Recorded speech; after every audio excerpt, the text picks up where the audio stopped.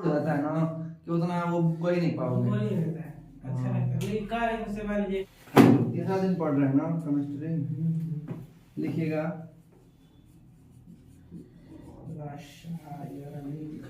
रासायनिक समीकरण के बारे में बात करेंगे। हम आपको बता दिए कि इस चैप्टर में क्या क्या पढ़ना है हेडिंग वाइज, ठीक है, उसी के हिसाब से हम लोग चलेंगे, ठीक है।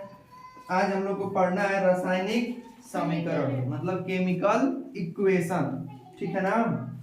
देखिए वास्तव में ये होता क्या, आपको बता दें, रासायनिक समीकरण लिखते समय, रासायनिक समीकरण मतलब वास्तव में होता क्या है कि आप जिन रसायनों का उपयोग कर रहे हैं आप उनका अणु भार चाहे उसका प्रतीक लिखते हैं। क्या लिखते हैं? प्रतीक लिखेंगे और एक तीर दिखाएंगे और इधर उत्पाद बन जाएगा। जैसे मान लीजिए हमने कोई ए नाम का पदार्थ लिया है प्लस हमने कोई उसमें बी पदार्थ मिला दिया है, ये एरो दिखाता है कि इन दोनों ने आपस में क्रिया किया है और एक नया उत्पाद बना लिया है। तो ये जो लिखने का तरीका है ये इसी को हम क्या कहते हैं? रासायनिक समीकरण। क्या कहते हैं? रासायनिक सहयोग क्या होता है? बताओ, वो अलग होता है रासायनिक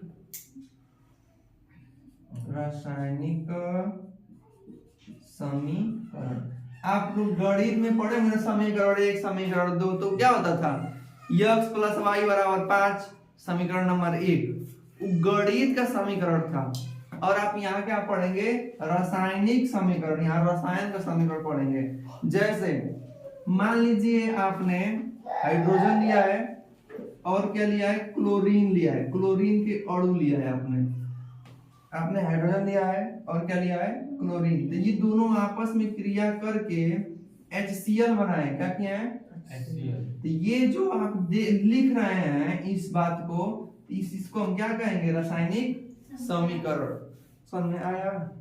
लिखिए, इसको लिखिए। किसी रासायनिक अभिक्रिया में भाग लेने वाले, किसी रासायनिक अभिक्रिया में भाग लेने वाले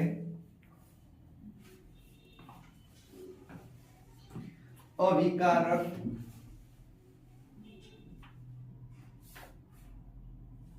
तथा किसी रासायनिक अभिक्रिया में भाग लेने वाले अभिकारक तथा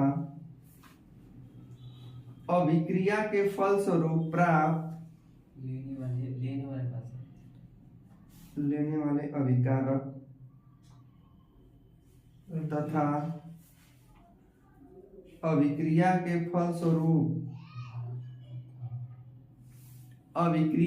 फलस्वरूप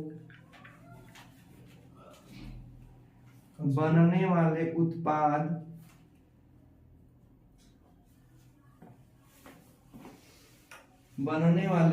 उत्पाद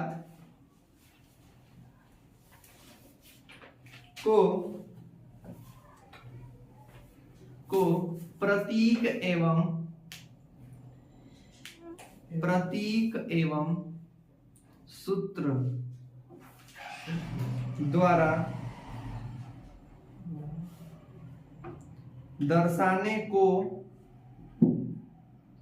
दर्शाने या लिखने या निरूपित करने को रासायनिक समीकरण कहते हैं।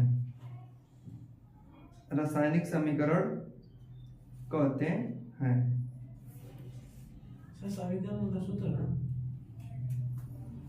रासायनिक समीकरण कहते हैं, ठीक ना। देखिए जो बात हम बोले वही बस लिखवा दिए हैं।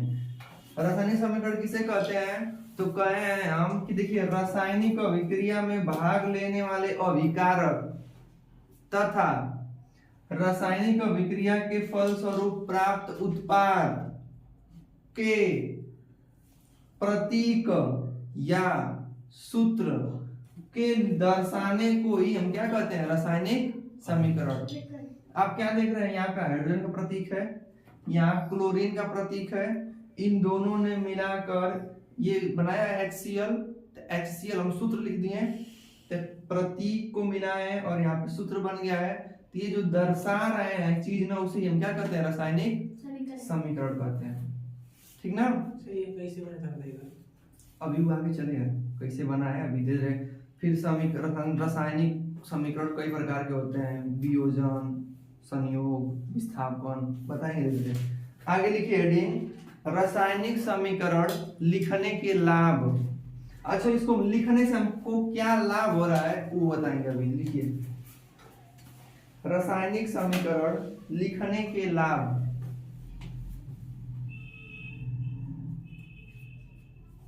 रासायनिक समीकरण लिखने के लाभ।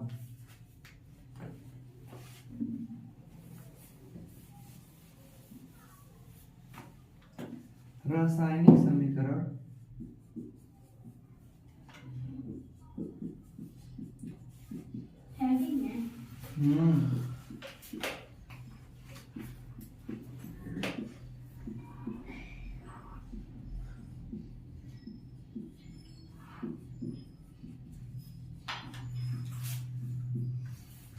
देखिए, हम रासायनिक समीकरण लिख के क्या हमको प्राप्त होता है वही हम लाभ के रूप में जानते हैं। तो नंबर 1 लिखिएगा कि रासायनिक समीकरण से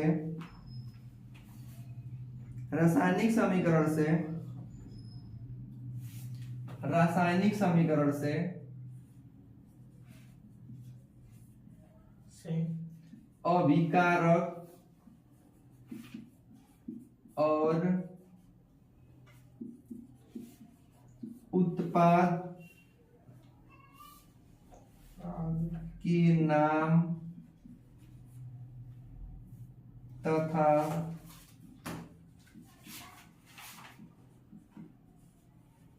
रासायनिक सूत्र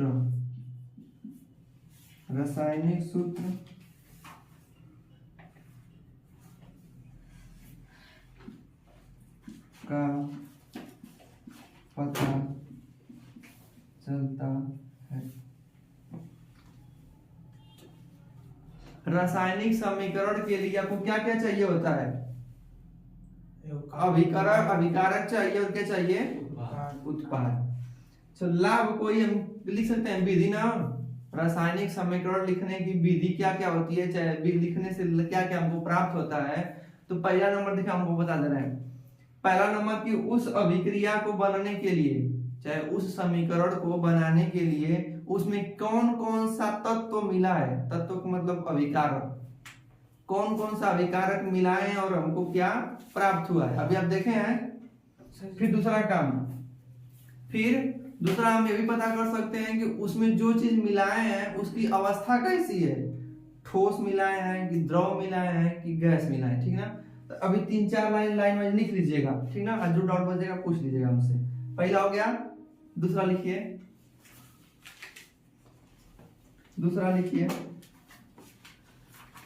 समीकरण में कौन समीकरण? रासायनिक समीकरण में पदार्थ की विधि है ना, विधि लिखना है। रासायनिक समीकरण लिखने की विधि, लाभ आगे पता चलेगा। लिखने की विधि ने लाभ आगे पता चलेगा। तो काट बना दे। हाँ, बस विधि जगह लाभ जाएगा, विधि दीजिएगा, कहेंगे विधि पर लिखवा लेंगे तब लाभ पता चलेगा। तो पहला हो गया कि हमको अभिकारक चाहिए और क्या चाहिए? उत्पाद। दूसरा लिखिए कि रासायनिक समीकरण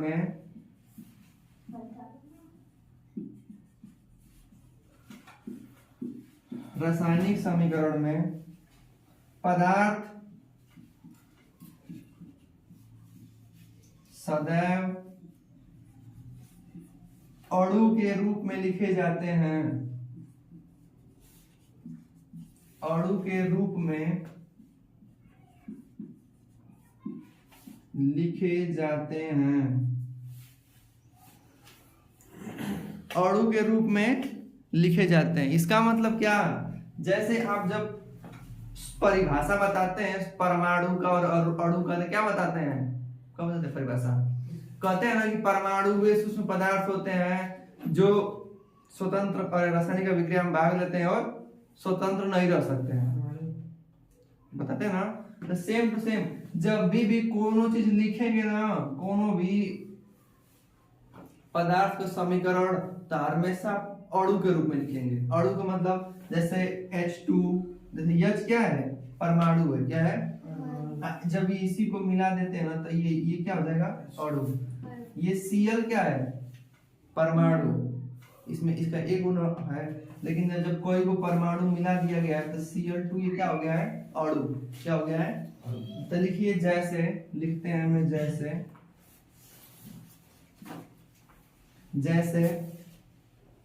N2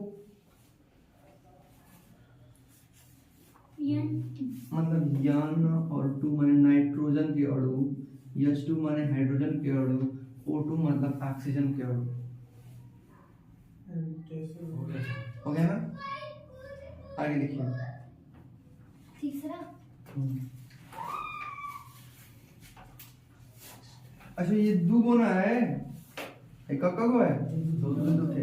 अगर कोई तत्व आ जाएगा तब, तत्व का मतलब जैसे मैग्नीशियम आ गया, हाँ तो ये Mg लिखेंगे। जैसे ये सब क्या है, ये सब गैसें हैं, कैसे हैं, तो गैस जब भी रहेगा तब अणु के रूप में रहेगा, N2H2O2।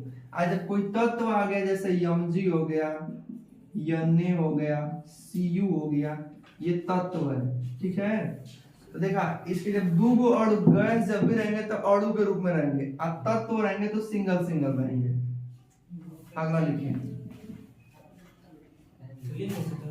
हो गया था।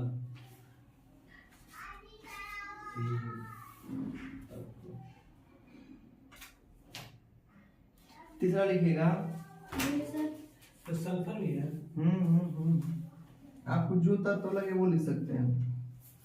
अभी हम तो स्टार्टिंग कर रहे हैं ना, कैसे रासायनिक सामग्रियां बनती है, अभी तो आगे तो बहुत इसके पढ़ेंगे हम लोग। तीसरा लिखिए, रासायनिक समीकरण में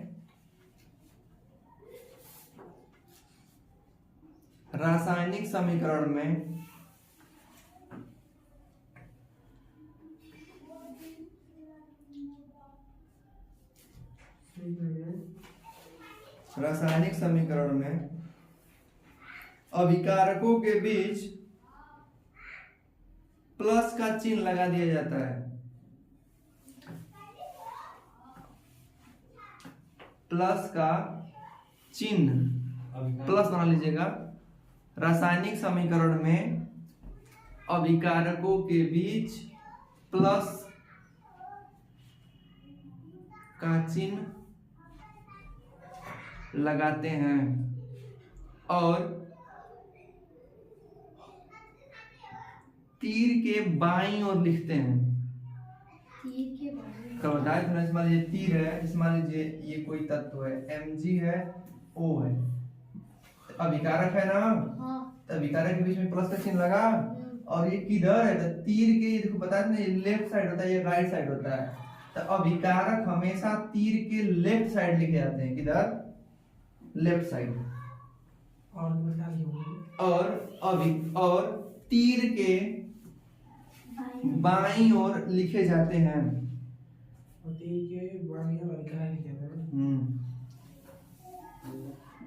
जैसे Mg प्लस O2, ये अभिकारक है, तीर के बाएं ओर लिखे गए हैं, और दोनों के बीच में किसका चिन्ह है, प्लस का। जो वो चीज मिलाएंगे उतना प्लस प्लस करते चले जाएंगे।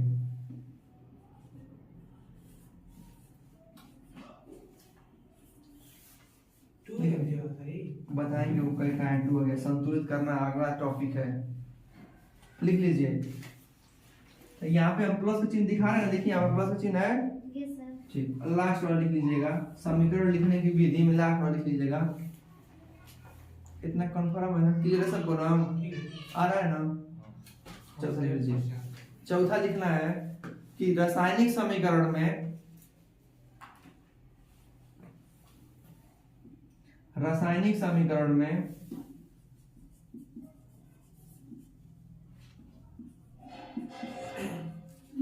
अभिकारक और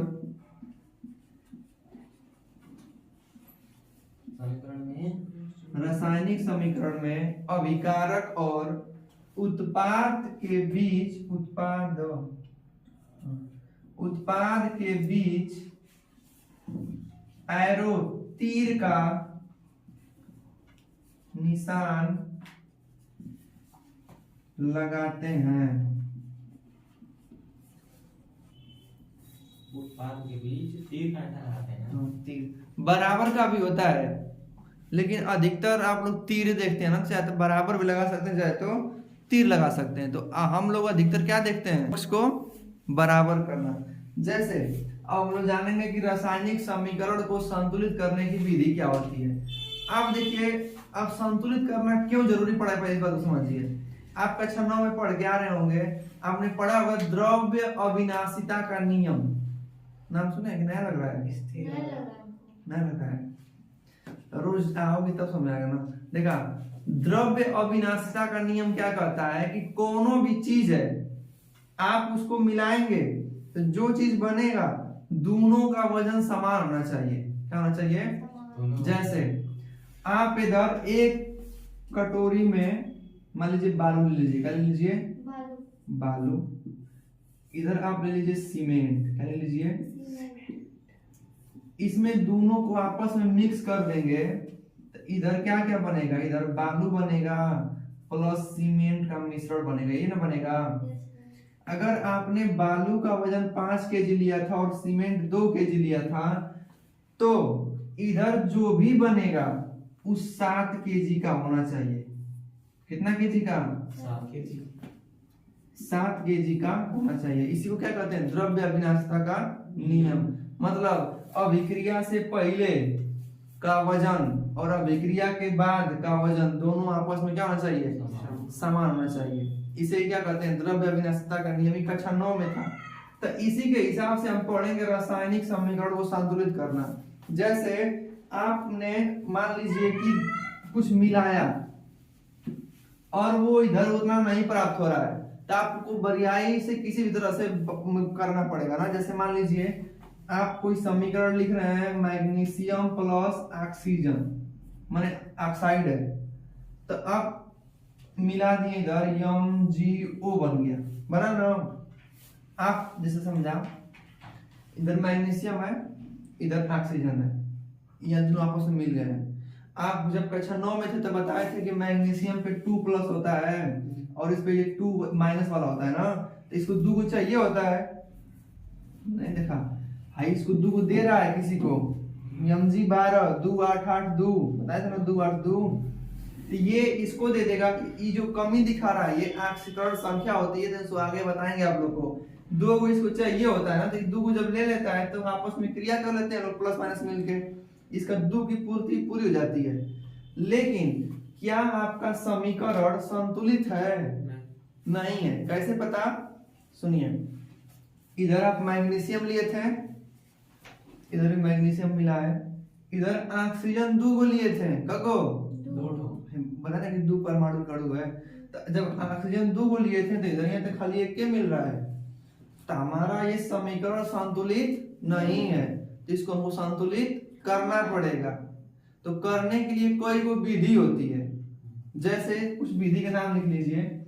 समीकरण संतुलित करने की विधि में 2-3 विधि के नाम लिखिए, हमको पूरा नहीं पढ़ना है। एक होती है अनुमान विधि। कौन विधि?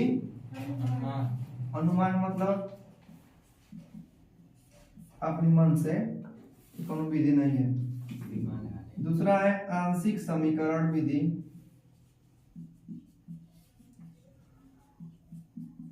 आंशिक समीकरण विधि। तीसरा है संयोजकता विधि।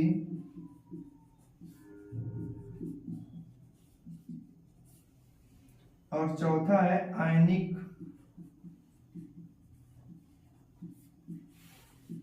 सर तीसरा बताइए। संयोजकता विधि का लिखे हैं। नहीं पता। आयनिक विधि, ये आयनिक समीकरण विधि। 4 गो विधि होती है, ठीक ना। लेकिन हमको आप लोगों को केवल एक विधि पढ़ना है, वो भी कौन सी विधि? अनुमान विधि। कौन सी विधि? अब भाई साहब आप लोग जाके उच्च कक्षाओं में पढ़ेंगे ठीक ना। तो हमको बस यही पढ़ना है, कहीं सबसे मतलब नहीं रखना है। अब इससे पढ़ना है अनुमान विधि में क्या होता है कि हम अनुमान लगाते हैं। क्या लगाते हैं अनुमान। कि देखा जितना इधर है उतना भी उधर होना चाहिए, नहीं है तो हम किसी भी तरह से करेंगे। और करेंगे तो देखेंगे लास्ट में कि दोनों बराबर हो रहा है कि नहीं। नहीं हो रहा है। इसको आप लोग बराबर कर लेंगे। कैसे? कैसे सुनिए, कभी बिना जब अपनी मन से संख्या बढ़ाते हैं, दो तीन बात याद रखिए। जैसे मान लीजिए ये mg है ना, ये मान लीजिए O2 है, कोई भी तत्व है। जब अपनी मन से कुछ लिखते हैं तो हमेशा तत्व के आगे लिखते हैं संख्या, पीछे यहाँ नहीं कभी हम लिख सकते हैं। कहाँ लिखेंगे? आगे। 2 की कमी रहेगी तो 2 लिखेंगे, 3 की कमी रहेगी तो 3 लिखेंगे, 4 की कमी रहेगी तो 4 लिखेंगे। तो हमेशा समीकरण नहीं, तत्व के आगे लिखेंगे। चलिए हम लिख के दिखाते हैं आपको। इधर मैग्नीशियम का गो था, इसके आगे 1 है। इधर मैग्नीशियम का गो है, मैग्नीशियम तो बराबर है तो मैग्नीशियम को नहीं छुएंगे। अब आते हैं इधर ऑक्सीजन पे। ऑक्सीजन का गो था पहले, 2। यहाँ का गो है, एक भी नहीं। एक भी नहीं। कहाँ है गो है? हाँ। वो का मतलब एक गो है। इधर 2 था तो इधर कितना है? एक ही है। एक ही है। आज समझिए कि सब एक ही साथ है, अलग अलग नहीं है। तो हमको 2 करना है तो हम 2 यहाँ करें कि यहाँ करें? आगे आगे करेंगे, कभी भी पीछे 2 नहीं करेंगे। इस बात को ख्याल रखिएगा। बताए तो समझिए, तो जब ऑक्सीजन 2 इधर भी हो गया और 2 ऑक्सीजन इधर भी हो गया, 2 हो गया ना। लेकिन बात रह गई मैग्नीशियम का। तो मैग्नीशियम का देखिए मामला बिगड़ गया ना। मैग्नीशियम 2 इधर हो गया, कब हो गया? दो हो जा रहा है। जब मैग्नीशियम 2 हो जा रहा है तो आप इधर भी 2 बढ़ा दीजिए, ठीक है। इसी को कहते हैं अनुमान विधि। क्या कहते हैं? मन से बढ़ाते जाएंगे। अनुमान में मैंने सर, आपको उधर बढ़ा देंगे तो फिर उस जब भी का बढ़ा तो इधर बढ़ाएंगे, इधर का बढ़ाएगा तो इधर बढ़ाएंगे। तो एक स्थिति ऐसी आएगी कि दोनों बराबर हो रहेंगे। एक दे रहे हैं, देखिए सारे कंफ्यूजन। हाइड्रोजन और क्लोरीन। बोलिए कहाँ कमी है? अगर हाइड्रोजन गैस लिए और क्लोरीन गैस लिए हैं, इसमें दोनों को मिला रहे हैं तो HCl बन रहा है। इधर हाइड्रोजन 2 गो है, इधर क्लोरीन 2 गो है। लेकिन हम इधर आ रहे हैं तो हाइड्रोजन 1 और क्लोरीन 1 गो मिल रहा है। 2 करना पड़ेगा ना, किधर से होगा? यहाँ करें कि यहाँ करें? आगे। कहाँ करेंगे? आगे। जब आगे यहाँ 2 कर देंगे ना तो 2 गो हाइड्रोजन भी हो गया और 2 गो क्लोरीन भी हो गया। तो आगे मतलब दोनों में गुणा दोनों में आप लोग गणित पढ़े हैं ना कि B + C में अगर 2 का गुणा करना है तो B की संख्या नहीं है, दोनों के संख्या गुणा है। बंटन नियम कक्षा 8 वाला, समझा क्या? लिख लीजिए।